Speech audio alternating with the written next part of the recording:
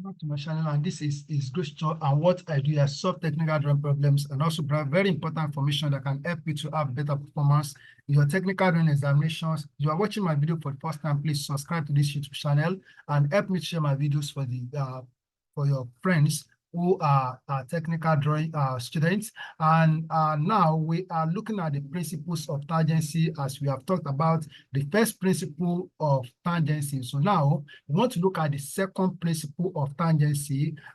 So for the second principle, as we have here, that this second principle of tangency is used to join two arcs internally.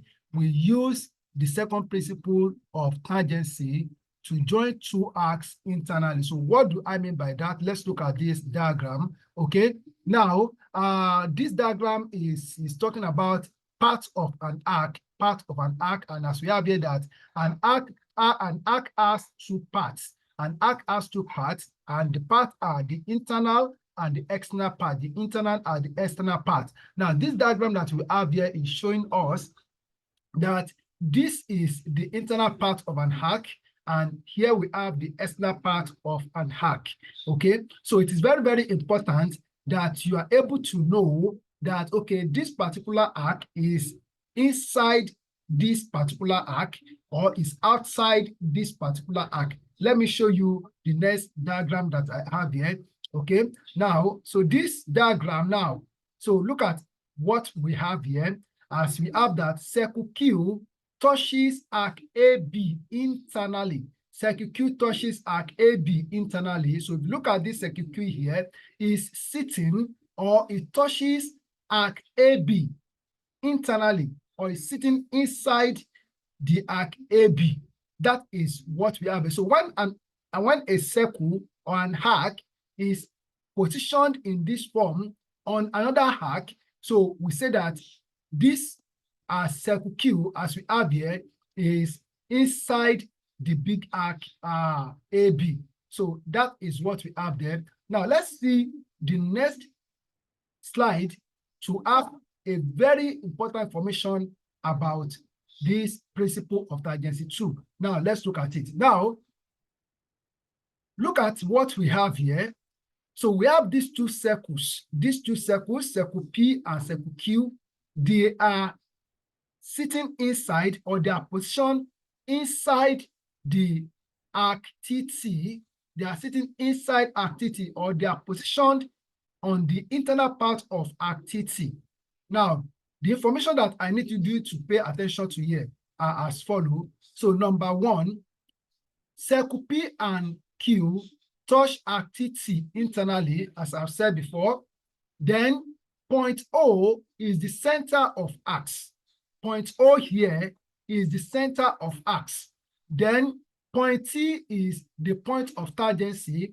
Then before we go on to talk about the next point, which is the last one that's very, very important here, I want to know that if you have two circles as we have here, circle P and circle Q, and you are asked to construct this arc TT so that circle P and Q will sit inside it, or they will touch it internally, you cannot use your French curve to produce this arc TT.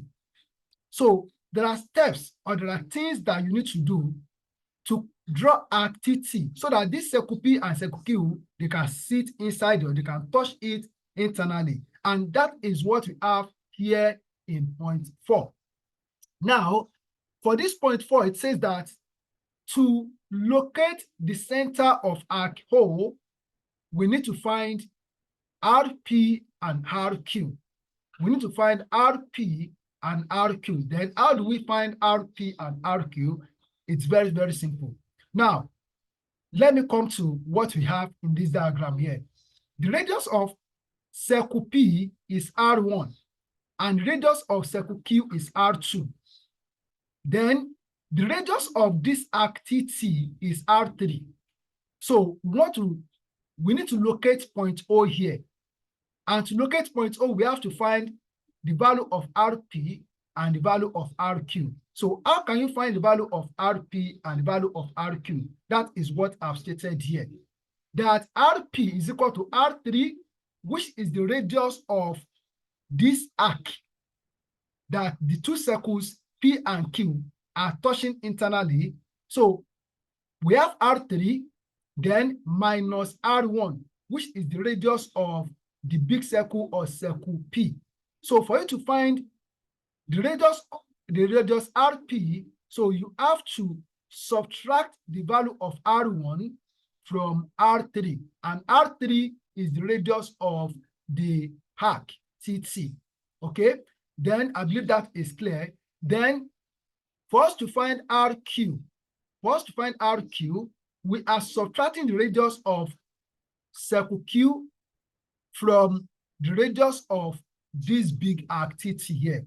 So if we're able to get these two values, we're able to locate point O. Then how can we find point O? So once we have the value of RP, okay, so we take that radius with our compass, then we position the pinpoint of our compass at center P here. Then we draw this arc, okay? Then if we have the value of Q, RQ, okay, so we take that value of RQ with our compass on our ruler, position the pinpoint of our compass at center Q here, then we draw this arc. So these two arcs, they will intersect at this point. They will intersect at this point O here. Then we now take the value of R3 that is given to us as the radius of this arc TT. So having that value, we position the pinpoint of our compass at point O here, which is center of arcs. Then we'll be able to draw. So if it touch somewhere around here or touch somewhere around here, then we'll be able to draw this arc. That these two circles, P and Q, will touch internally or they will sit inside it. So this is how to draw an arc in which two given circles will touch it internally. It's as simple as I've explained it here. All you need to do is to practice it. When you practice it, you become a master at this. Thank you and God bless you.